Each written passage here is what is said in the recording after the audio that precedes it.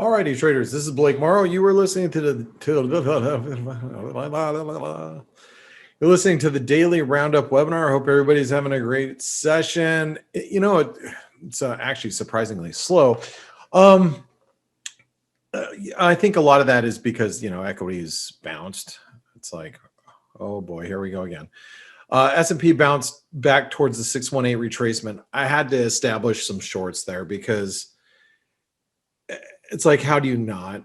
With, the false breakout from last week, the 4,000 level, it's all just big resistance up here. So I had to establish a little bit of a short. I'm not super excited about the market at this moment, but I have to point out that currencies like the dollar Mexican peso found some support. You got the dollar Canadian that's pulled back, but marginally. And I have to point out that the dollar Canadian is not very far from breaking higher. You got the US dollar Norwegian krona that's very close to breaking out as well. Those are just some currencies that I'm watching. And then also the cable. Watch the cable. This thing is trading heavy. And this is an hourly chart. So let's just do this. Let's do this. Let's do it. Right? Like a little bear flag setting up. And you guys know if we break this 3750, it's all over but the crying, I think. And so we've got to keep an eye on some of these currencies. The euro is trading heavy. I mean, the euro can't get out of its own way. Bitcoin's holding up. That I'm a little surprised about. But take a look at precious metals today. They are complementing the dollar moving lower, or the dollar moving higher. You got the gold market, bear flag is in play. It's like I feel like I've missed the boat with gold, so I'm not putting a pip out, but this is a bear flag pattern right now. This is a bear flag that, I mean, we'll do the math here.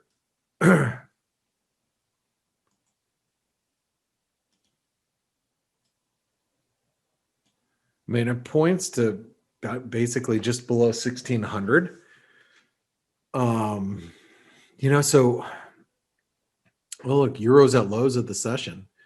Kiwi's not far from lows in the session. Aussie's near lows of the session. And by the way, the Aussie dollar has the big head and shoulder pattern.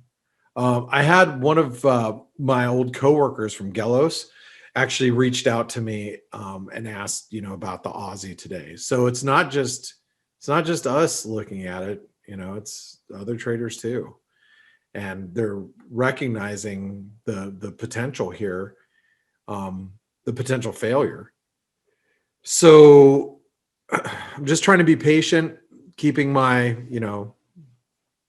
US dollar longs against the Norwegian krona, the Canadian, the peso, got the Kiwi dollar short, still playing euro yen short, have some euro sterling long, trying to get long some euro New Zealand on a dip. I accidentally sold all my euro Aussie this morning. That was a total mistake, by the way. That was a error on my part. I put the order in incorrectly. So that sucked, because that's one that I look at the euro Aussie and I think it's going to 160. So I'm going to have to try to reestablish a position here. I just don't know where I'm going to do it.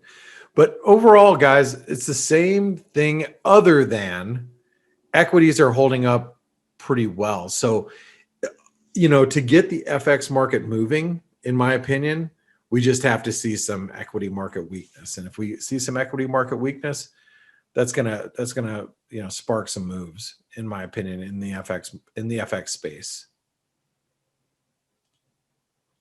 Alexander said, not slow, super slow. That's right. Irina says, metals are so heavy. Yes, Blake, I also think so on gold. Yeah, one thing that I was looking at gold too, as well. We have like if you think about like a broader, like bigger move, Like Dale Lowe's likes the 3 drives, right? So imagine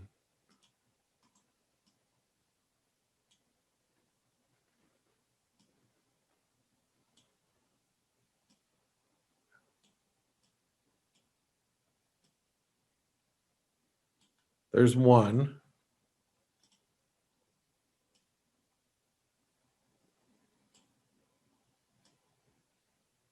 There's 2.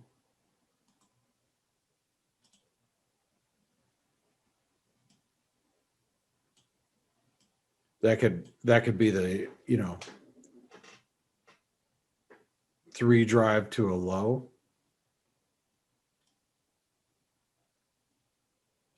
Something like this. Because I'm just using that as an example. Because what's going to happen here, if this does work out, right? I'm gonna put this in a different spot, actually, just so you can see it better. Like this, something like that, right?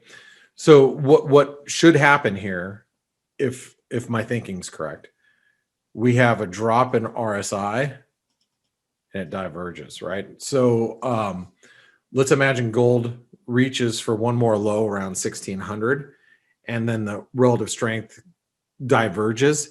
Then you got to buy it down there, right? Does that make sense for gold? Okay. So anyway, it's pretty slow, but let me just reiterate a couple of things. Watch the cable, really near a lot of support. The Kiwi, a break below 70 cents is super bearish, right? US dollar, Norwegian krona, getting close to breaking out. US dollar, Canadian, not too far from breaking out. Remember, a lot of Canadian dollar longs right now based on good Canadian economic data from last week, right? Maybe volatility gets back above 20. And maybe that's the catalyst that drives the markets. And then Bitcoin at 52.5. Other than that, guys, it's slow. Yes, really slow. Just trying to hang on to what I have and not get too aggressive without having confirmation that things are moving. But I'll tell you, the dollar doesn't look weak. It looks strong. All right, guys. Alexander says, thanks, Balake. See you tomorrow. Hey, Ron. Oshak Hennessy. Go to Oshak Hennessy's office. All right, I got to go. All right, see you guys. Have a good one. Talk to you soon.